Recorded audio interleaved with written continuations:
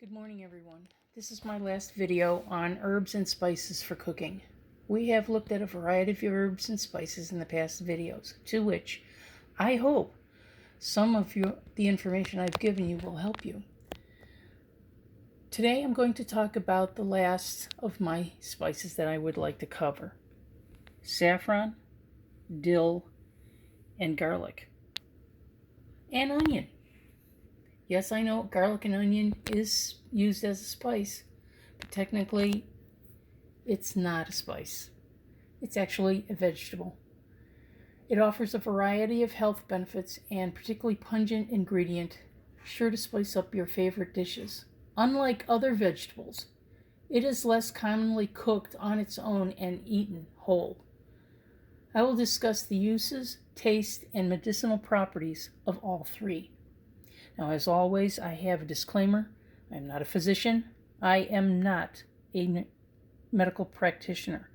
And I'm sure as heck not trying to give you any medical advice. I'm just going to state what I've read on different websites on the internet with regards to the medicinal properties that all of these herbs supposedly have.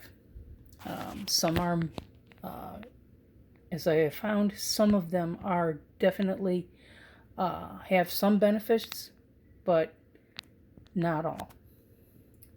Now, let's start with garlic.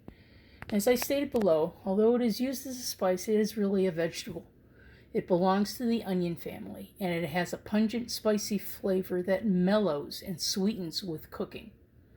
Now, I use garlic a lot, and I have it in my garden, and this is what it looks like when it comes fresh. This is what one of the cloves look like. Now, like I said, garlic comes in several different ways. You can have it whole like this, powdered, sliced and dried, garlic salt, and like I told you before, it is actually in the onion family. It's grouped together with green onions, leeks, and chives. And that's a good picture that I found for the all of the onions that are in the same family. Now, I grow them, like I said, in my garden.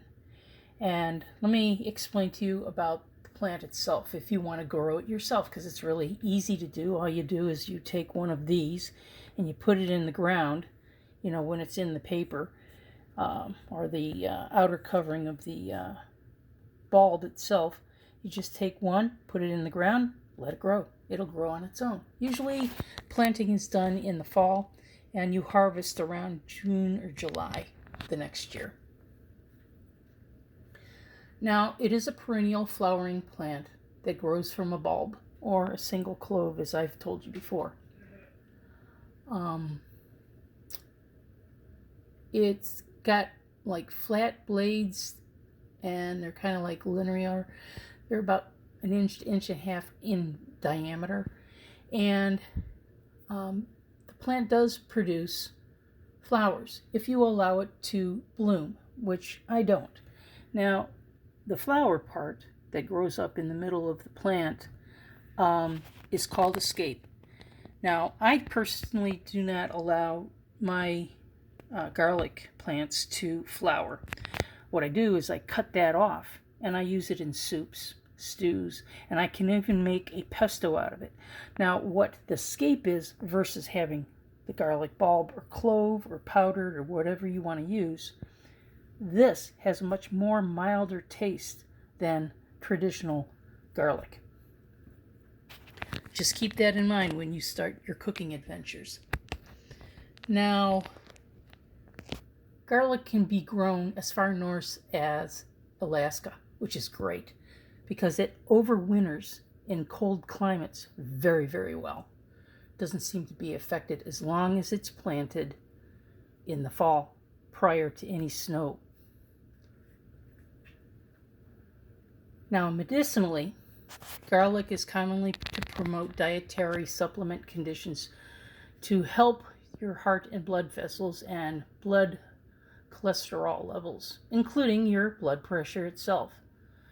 People commonly use garlic to treat their high blood pressure, cholesterol, and other things that would affect your arteries, including the common cold, osteoarthritis, and other conditions. But there is no good scientific evidence to support any of these uses. A single clove of raw garlic contains magnesium, vitamin B6, vitamin C, selenium, and fiber.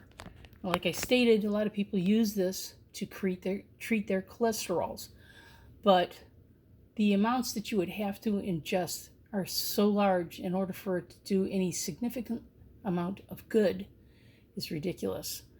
The benefit is usually small, and it may help the bad cholesterol, but it doesn't do anything for your triglycerides or your good cholesterol levels.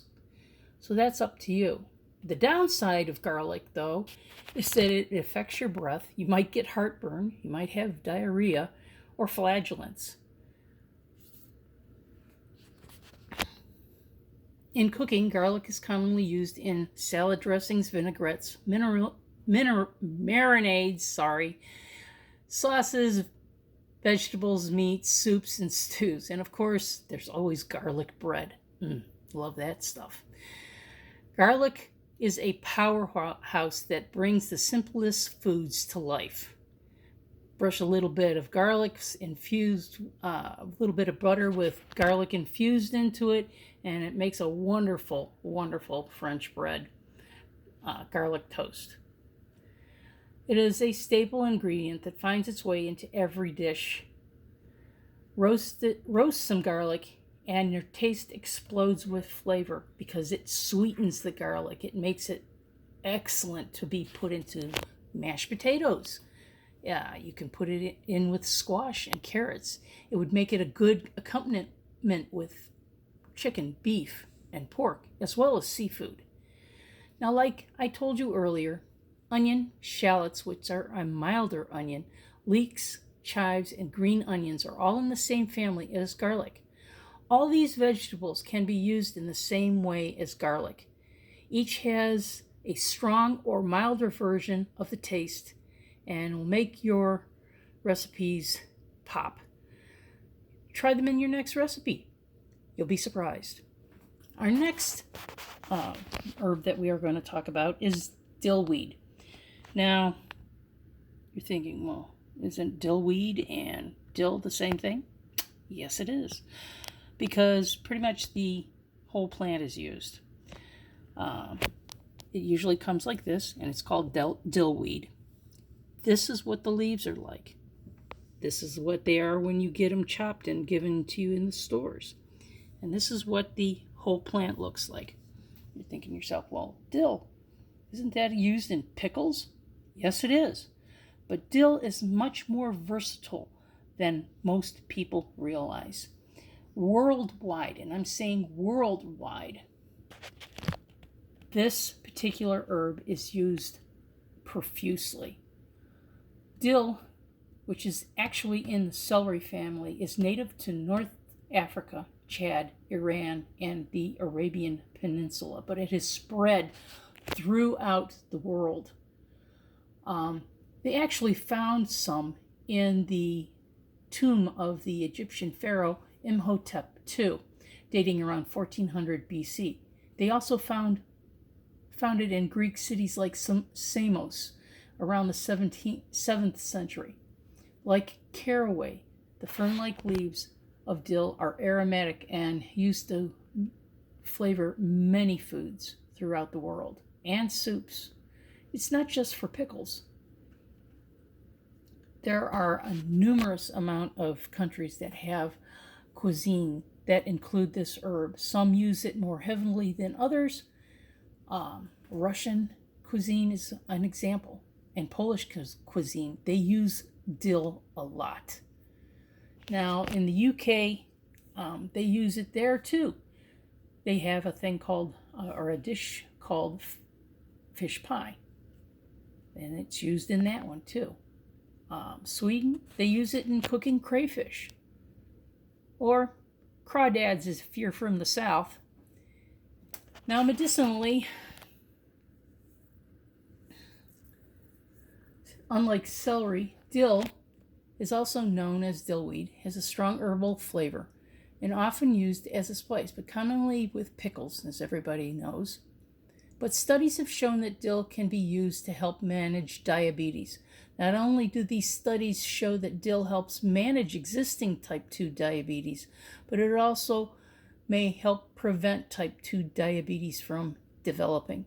In addition to dill's anti-diabetic properties, the herb pairs well with fish and eggs, which are safe for people with diabetes to eat. Using dill and other herbs to flavor food can be a good alternative to sweetened processed flavorings. Now, dill is packed with flavonoids, which have been shown to help reduce the risk of heart disease and stroke. But it's not only reason dill is thought to improve heart health. Research on animals actually showed dill can help reduce LDL levels. Shocking, isn't it? Dill is a good source of vitamin A, C, calcium, and iron. Now, in cooking, dillweed for a warm, grassy aroma of hints of anise and lemon to your dishes like salmon, eggs, zucchini, and white sauces. It's not just used in pickles. The uses are endless for this herb. Examples are creamy Parmesan spinach bake. How about roasted dill and lemon chicken?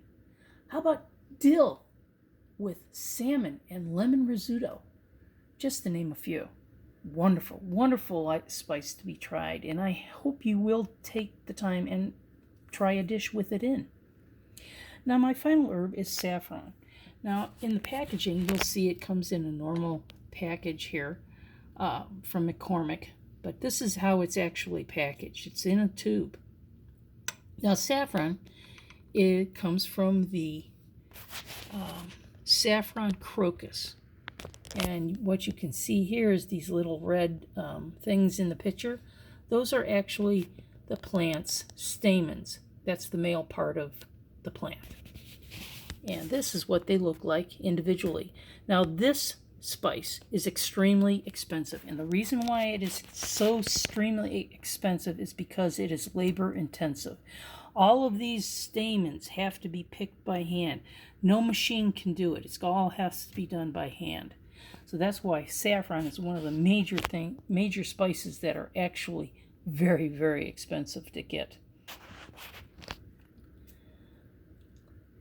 Saffron originated in Iran. However, Greece and Mesopotamia have also shown that it were found in that region also. It was brought to pretty much every part of the world during the years that it was being used as a spice. Now, saffron has a sweet floral taste to it. It's earthy, has a complex nuance of flavor. On the other hand, saffron makes taste bitter by itself, metallic or like plastically tasting. It's probably often a cheap version of true saffron. It's used to be a natural yellow dye, oddly enough. And outside of food, saffron extracts are used in dye textiles and add fragrances to many things. Saffron's common ingredient in India, Moroccan, and Iranian cuisines. Now, medicinally, saffron contains chemicals that might alter mood, kill cancer cells, decrease swelling, and act as antioxidants. It can take over 75,000 saffron blossoms to produce 1 single pound of saffron spice. This is why it's all harvested by hand, and you now understand why it is so labor intensive. Now, saffron has a number of other purposes. It's just not reliable enough information to say that it might help, but pregnancy, saffron is commonly used as a spice to, like I said, color foods. Large amounts are usually unsafe. They don't suggest that in medical terms that women who are pregnant or breastfeeding should consume saffron because it, especially if you're pregnant, it may cause miscarriage. And saffron is safe for breastfeeding, but they do caution stay on the safe side and stick to avoiding this particular herb. Now, in cooking, saffron is the most expensive spice on the market, as I stated before. But the gourmet ingredient enriches dishes such as Spanish paella, Indian cuisine, risotto, Milanese